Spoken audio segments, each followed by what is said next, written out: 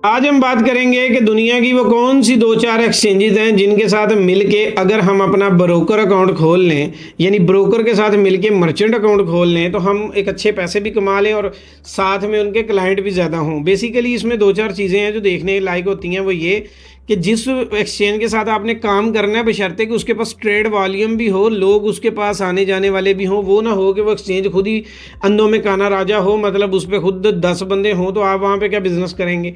तो दुनिया की ऐसी 3 बड़ी एक्सचेंजेस जो जहाँ पर क्लाइंट का रश भी ज़्यादा है और वहाँ पर आप एक अच्छा पैसा भी बना सकते हैं उसके साथ मर्चेंट बन के।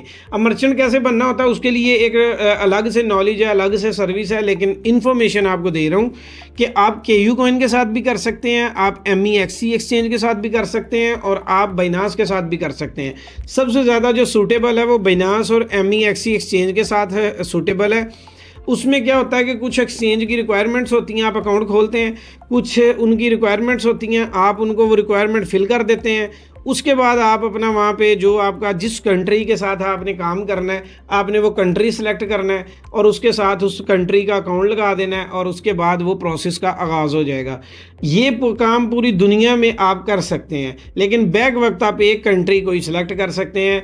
तो जब जहाँ पे यूज़र ज़्यादा होंगे उसके आप उस कंट्री को सिलेक्ट कर लें। जैसे फॉर एग्जांपल अगर MEXC है तो मलेशिया के अंदर उसके क्लाइंट ज़्यादा हैं, तो UK में भी उसके क्लाइंट ज़्यादा हैं, यूरोप में भी क्लाइंट ज़्यादा हैं।